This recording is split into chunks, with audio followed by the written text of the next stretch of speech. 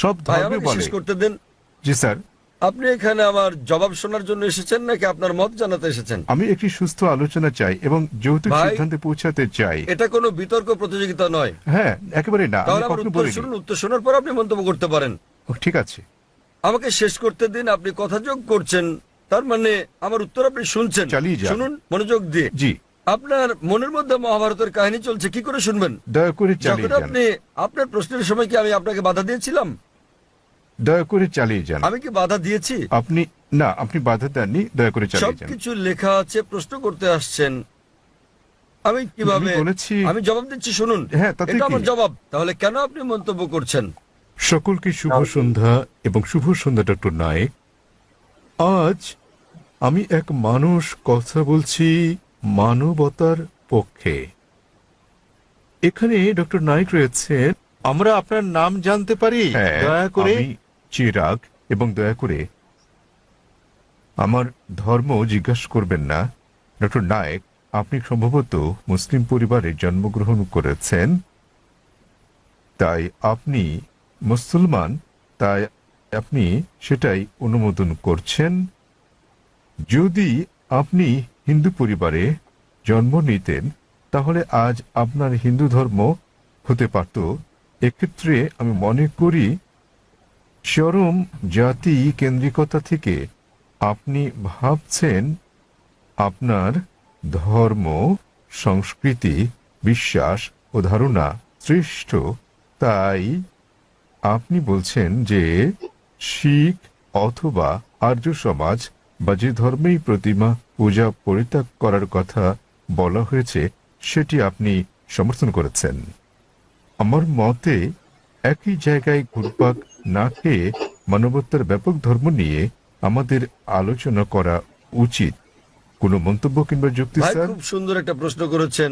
তিনি বলেছেন মুসলিম পরিবারে জন্ম নেওয়ার কারণে আমি ইসলাম ধর্ম অনুমোদন করছি। হতে পারতো আমি যদি হিন্দু পরিবারে জন্ম নিতাম তাহলে হিন্দু ধর্মই পছন্দ করতাম আমি, এবং আমি শিখ ধর্ম ও আর্য সমাজকে সমর্থন করি কারণ আমার দৃষ্টিভঙ্গির সঙ্গে তাদের মিল আছে এবং এর আশেপাশে আমি বিচরণ করছি। বরং আমার আরো বৃহৎ পরিসরে কথা বলা উচিত ছিল। খুব ভালো প্রশ্ন। হ্যাঁ, ভাই আমি আপনার সাথে একমত। 19 বছর বয়স পর্যন্ত আমি মুসলমান ছিলাম কারণ আমার পিতা মুসলমান ছিলেন। বয়স 19 বছর হওয়ার পর আমি তুলনামূলক ধর্ম অধ্যয়ন করা শুরু করলাম। এখন আমি ব্যক্তিগত পছন্দে মুসলমান। আর বিশ্বাস করেন, যদি আপনি ইসলামের চেয়ে ভালো কোনো ধর্ম আমাকে দেখাতে পারেন তাহলে আজই আমি সেই ধর্ম গ্রহণ করতে প্রস্তুত আছি। আজই।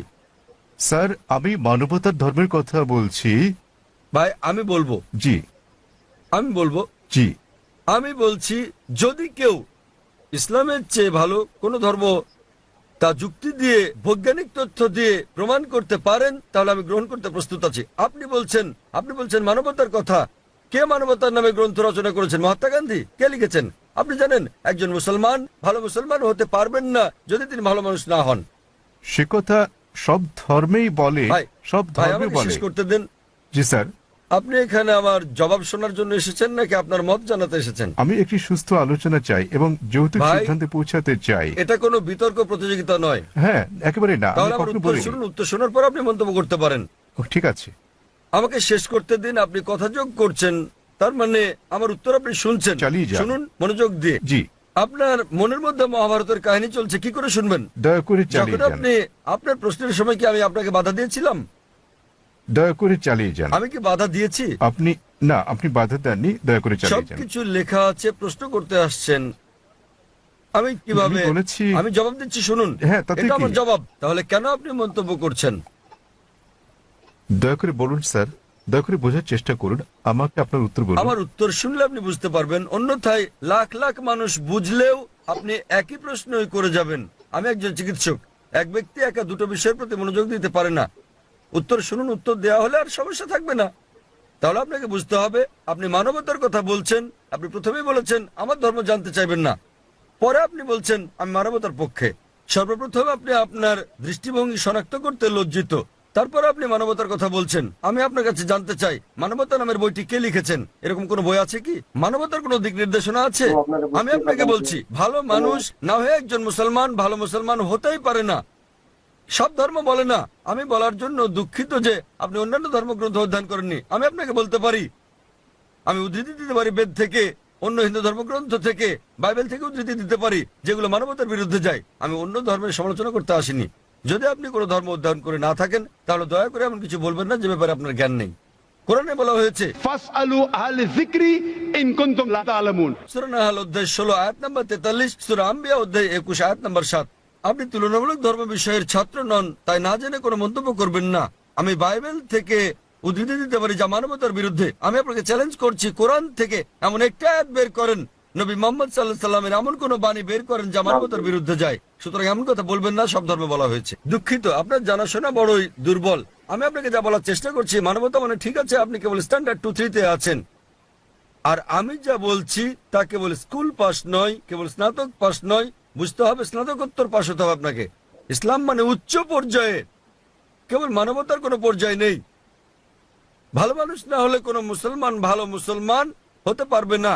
আমি আপনাকে চ্যালেঞ্জ করছি, ইসলামের এমন একটা দিক আপনি বলতে পারেন যা মানবতার বিরুদ্ধে যায়। যৌক্তিক পটভূমি, যৌক্তিক কারণ আপনার জানা না থাকতে পারে ইসলাম কেন এমন অনুশাসন জারি করলো, আর আপনি ভাবতে পারেন সেটা মানবতার বিরুদ্ধে। ঠিক যেমন আপনারা বলেন, ডাক্তার আমাকে ইঞ্জেকশন দিচ্ছে, ইঞ্জেকশনে যন্ত্রণা দিচ্ছে, ওই ইঞ্জেকশন তো আপনার ভালোর জন্য। আপনারা বলেন ডাক্তার আমার পেট কেটে ফেলেছেন, তিনি তো পেট কেটেছেন আপনাকে জীবন বাঁচানোর জন্য। সুতরাং ডাক্তার যা জানেন আপনি তা জানেন না। যদি আমার জন্য দুটো পছন্দ থাকে, স্ট্যান্ডার্ড 2 কিংবা 3 পাস করা অথবা স্নাতকোত্তর কোর্স করা, সেক্ষেত্রে আমি স্নাতকোত্তর কোর্সই করব। কেন মাত্র স্ট্যান্ডার্ড 2-3? মানবতা ভালো, কিন্তু ইসলাম তার চেয়ে অনেক বেশি ভালো। আপনার প্রশ্নের ব্যাপারে বলতে গেলে, আমি মুসলিম পরিবারে জন্ম নিয়েছি বলে আমি ইসলামকে অনুমোদন করছি। আমি আপনাকে বলছি, আপনাকে চ্যালেঞ্জ করছি, যদি কেউ আমাকে প্রমাণ দিতে পারে অন্য যে কোনো ধর্ম, আমি প্রধান ধর্মগুলোর বেশিরভাগই অধ্যয়ন করেছি এবং আমার মনে হয় ইসলাম সবচেয়ে যুক্তিগ্রাহ্য, মানুষের সবচেয়ে সেরা ধর্ম মানবতার। এটাই একমাত্র ধর্ম যাতে মানবতার জন্য সমাধান রয়েছে। আল্লাহ বলেন সূরা আলে ইমরান অধ্যায় নম্বর 3 আয়াত নম্বর 19, ইন্নাদ দীনা ইনদাল্লাহিল ইসলাম। সর্বশক্তিমান ঈশ্বরের কাছে একমাত্র গ্রহণযোগ্য ধর্ম ইসলাম। আর আপনার জানার জন্য বলছি, আপনার যুক্তি অত্যন্ত নাজুক। আপনি কি জানেন আমাদের 30 জনেরও বেশি আলেমের মধ্যে যারা বিশ্বের বিভিন্ন দেশের নাগরিক, তাদের 10 জনেরও বেশি মুসলিম পরিবারে জন্মগ্রহণ করেননি? আপনি কি তা জানেন? আমি এটা উত্তর জানতে চাই আপনার কাছে, আপনি কি জানেন এই মঞ্চে বক্তৃতা দানকারী 30 জনের মধ্যে 10 জনেরও বেশি মুসলিম হিসেবে জন্মগ্রহণ করেননি? আপনি জানেন? হ্যাঁ, আমি হতে পারে আমি বলছি। আপনাকে জিজ্ঞেস করছি, আপনি কি তা জানেন? না, আমি হ্যাঁ তা অথবা জানি না না। বলেন। তাহলে আপনার পুরো যুক্তি তো অসার।